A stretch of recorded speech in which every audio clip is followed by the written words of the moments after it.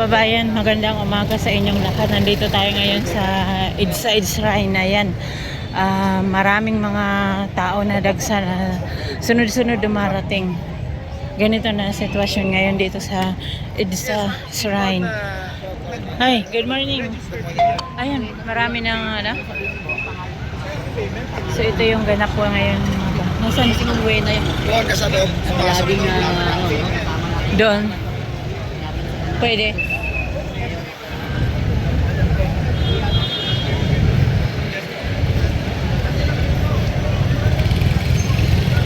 So ayan po ang kaganapan ngayong araw dito sa EDSA. Ayan sa hakbang ng mga maisog at saka iba't ibang sektor, iba't ibang grupo at saka sa iba't ibang lugar ay dumarating na. Sila na mayaman. Hi, good morning. Hulihan din po na ganyan. Ay, mga food oh. Sige lang, sige lang. Yung sinasabi natin na pagkapalan ng palan na ito. Ayan. Napapansin sir, higit ng patrol si So mga taga Davao din Congressman Ace Barbers. mga taga Davao gustong sumugod dito, di ba? Oo, mga taga Davao. Ano ko doon kayo? Ha? Meron nga isang barko. Meron na isang barko? Tanghali po. Kaya po sa Davao, Quezon, Visayas, Mindanao na po ito. Yun nga po yung sinasabi namin na paparating na po dito. Dahan-dahan. Yun nga pinag-uusapan natin, anong pinagagawa kasi ng mga kasalukuyang nanunungkulan. Kita po ang involved, presidente, provincial director na nagsasabing hindi daw adik ang gumagamit ng droga, hindi daw lahat.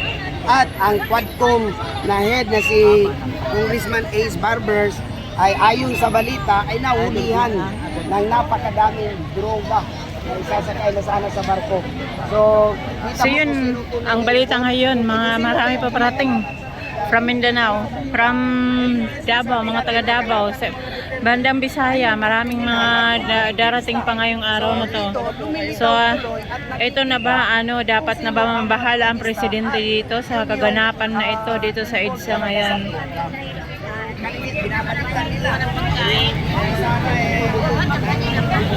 Pasok tayo dito.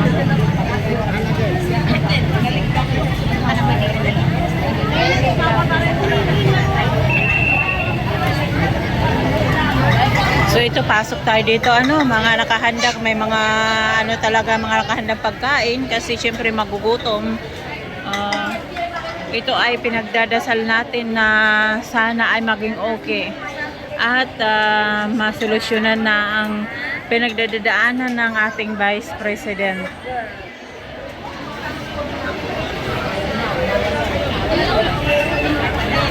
At sana naman umaksyon na ang si Presidente na tulungan ang kanyang Vice President sa nangyayari.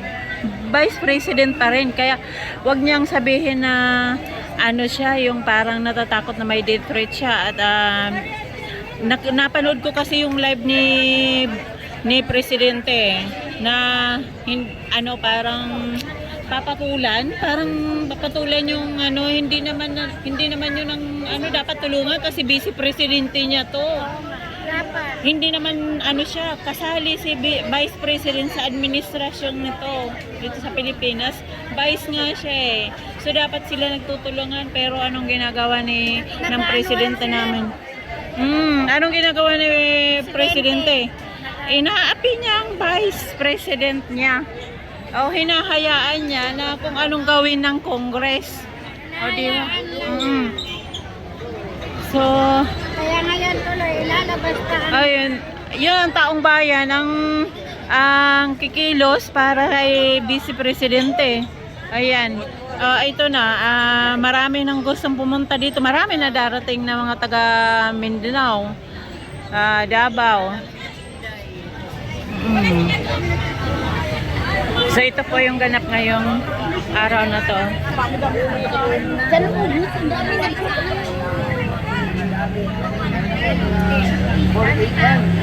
Ilan lang tayo, nandito ka na ba mga 4 AM? 5:30. Oh, so ilan lang. Pero Aga, no? namumultiply na yung mga tao. Padami na. Abot-abot na yan. Padami pa. Yung iba kasi malalayong lugar. Kaya medyo tinatanghali. Tulad ko, malalayong lugar. Baka mamaya meron tayong tangke de gera dyan sa labas. So, Ang mga sa atin lang naman, isa lang naman itong pagkilos na mapayapa Pagkilos. na may parating natin. Wala naman tayong may armas dito. may rally din sa Mindula. Meron din ba? May rally. Aywan ko kung ano yung nakita ko doon. Oo, mayroon. Hindi. Yung tao, meron doon sa Mindula. Parang nagkakaharangan Dito, sila ngayon. Meron sa veterans kasi siyempre nandun ang Pangulo, Presidente natin sa Malacanang, yun ang Ang balita ko pa, ang MNLF na nasa Mindula. Dito ang punta, parang dito. Kaya nga, napapansin nyo dito, ang daming Muslim. Ang daming Muslim kasi, yun nga yan, yung Muslim, Kristiyano, at tawag nating mga nitibo or mga lumad. Mga luman. Ayun talaga. Mga katutubo. Malaking utak Sa na loob Tagalog na kay sa mga Duterte. Ayan. Kaya ito, parang mananawagan, may nanawagan na yata eh. Kasi sabi naman, talaga mayroon nakahanda na pagkailangan lang talagang pag may nanawagan lang talaga handa sila. Dahil sila sumuporta. Sumuporta. Si Normis Wari, yan. Normis Wari. Oo. Actually, ang pinakahibang iminili sila Miswari. Pero presently, yung anak na niya, ang nagbibrag, nagbababa ng order. Kumbaga, siya na ang in charge sa command ng Pinili. Kagabi, kausap ko, ayaw ko lang bagitin yung pangalan, yung Major General din ng MNLF. Kasi yun nga, kausap tayo na ganito, na mga paparating na din dito. Pero mga solidarity talaga sila sa amin, ay kami, mga Muslim. Solidarity talaga na ganyan. Paikot, nasa ang mga kapulisan? 3 days. 3 days? Nasa ang mga kapulisan dito doon sa harap pa? Ha? Hindi mo nakita. Yun nga po, hanggang dadagsa, parami. Parami to eh. Kanina mayroon ako nakita. Importante food kasi eh. Walang ligo yan. Isang ligo, okay lang. Basta may food. Diyan lang yan. Hindi pwede. Digo, may tanong ko ba kayo, sir? Okay na, ayos na. Sa sunod ulit, sir ha? Sige po, sir. Ikaw may tanong ka ma? Mabangga naman tayo. Wala na po kasi nandito naman na kanina nagsasalita. Saan po kayo nga pala? Sa anong... Ito po yung yung founder namin. Yan po, Solid Duterte Family Worldwide. namin. Yan po. Solid o 30 kami. Siya nagsalita kagabi? Ikaw ba nagsalita kagabi? yung nandoon. Veterans. So from Batasan pa. Taga Batasan?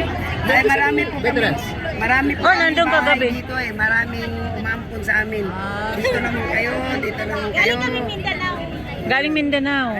Imagine, no? Punta lang kami rito para sumuporta kay BP Sara na Hindi, pinakamahal. kasama Mr. JM dito sa Vice Yung gabi, President. every Friday. Meron din kay Kaya nga, PRRD. nagtuba kami, nakakabal. Dito lang kami sa likod ko. Nandun ako ng live? Supporters. So marami pang parating. Marami pa pong parating, di ba? Marami pa parating, pero pang isang bus, may iba isang bus. Wala lang din ngayong tanghali. So, andito na, mga kulang-kulang na dito, 100,000. 100,000. Oh my God. Kulang-kulang 100. May? Basta tanong si Yusik. Pagdatingan na rito, marami na kayo na pang alas 4 pa dumating. Kung may link ka tayo, Andyan na dito. Then sa dito sa EDSA sila, Fernandez. andyan lang sila sa tabi-tabi, nag-aantay ng Ano link pa? Go signal. Kaya ngayon, sama-sama Gusto makita ni Yusik Yes, Lanky. ito na yung Wala pa tayong link. Pakita natin ang sumunod natin sa mga Duterte na inapi at pinatapakan ng administrasyon. Yes. Support Duterte, yung mamalapit lang dito. Supporters, andito, pumunta na kayo ang iba dyan, pumunta na kayo ngayong araw na ito para tapusin na namin yung mga pangapi at pangapak sa ating bilang mga mahihirap na mga Pilipino. Ayun lang. Ayun, ano naman masasabi nyo doon sa nasabi ni Vice President ni Vice Sara, ni Vice President na yun nga yun, parang inaano nila na death threat sa tatlo. napanood ko sa ABS-CBN, hindi nila isinasama na kapag ako ang namatay, patayin yung tatlo. Ang ginagawa ngayon sa balita, ang ginagawa ngayon ay ipapapatay ang tatlo. Ganon. Ang ganon ang salita. Yung salita po yung nakinig ko ako doon sa sabi po ni BBM na siya daw pinapapatay ni Sara. Hindi po totoo yan. Kanino ba nanggaling ang death threat sa inyo, Pangulong Bongbong Marcos? Sa inyo nagmula ang death threat na yun. Sa sinabi nyo pa lang, tinigil nyo lahat ang transportasyon, lalo na ang bel-bel-bel. Hindi ba isang pagpatayan sa mga milyong-milyong Pilipino na mga sumusunod sa inyo? Kaya sino ba ang nagbigay ng death threat? Hindi si Pangulong Duterte, hindi si VP Sara, kundi kayo mismo. Ipinalik lang sa inyo, huwag kayong magmalinis kay dahil sa inyo nagkaroon ng ganon. Dahil sumusubra na kayo kay VP Sara. Lahat ng food guard na nakit ni VP Sara nilabas na sa inyo. Kaya yon, huwag niyo sabihin na si VP Sara ay gusto kayong patayin. Kayo ang may gustong pumatay kay VP Sara. Kaya nga, pinatayan pa ng ilaw, pinatayan ng tubig. Tama ba yun? Vice Presidente nyo, hindi nyo ginalang binastos nyo. Ha? Oh, Tama yun? kaya nasabi- So, huwag kayo magmalinis na balik na rin yun, ha? Si VP Sara ang gusto pumatay sa inyo. Kahit kami, mga supporters nila, gusto kayong ngayon, ipakita namin mga solid Duterte family worldwide sa buong Pilipinas. Yung ginawa nyo kay VP Sara na sabi niya papatayin. Pero yun yung sabi ni VP Sara, pinatayan siya ng ilaw pati paglalaban. Marunong ba kayo gumalang sa kapwa nyo? Bilang nyo, may VP Presidente nyo yan. Hindi nyo dapat ginawa yun dahil VP siya. Samantalang dati ginamit mo lang naman siya nang gagamit ka kamo. Yan. Kaya manggagamit ka kamo, kaya yun. Kaya huwag mong sabihin na baliktarin mo ha. Huwag mong baliktarin si VP Sara na yun ang may detreat sa'yo, kundi sa ginawa mo pa lang, unti-unti mo nang pinapatay ang mga Duterte pati yung mga taong bayan sa ginagawa mo. Kaya ngayong araw na ito, ipakita namin na mayroong taong bayan nagmamahal sa bansang Pilipinas dahil isa pa ha, si Tambaluslos. No, si Tambaluslos, hindi niya pwedeng ibaligya ang Pilipinas sa utang na trilyon ha. 3 trilyon para lang sa kandidato para siya ang manalo. Gusto niyo magharian ng Pilipinas, hindi kami papayag. Yun lang. Kasi baka ano pang masabi ko kasi ako na Thank you po. Naiyak mula sa puso na to. hindi lang mga ordinaryong Pilipino, kundi kasama po mga opisyal, mga sekretary, undersecretary. Kaya po yung sinasabi, we cannot discuss it in further or in details kung naka-uniform yung mga opisyal ng army o ng mga pulis o nakasibiyan sila, pero nakahalo po sila, nandito. Mahalo na rin sila. Mahalo na rin po sila, nandito. Yan nga po, yung mga secretary, undersecretary, nandito po. Hindi natin alam kung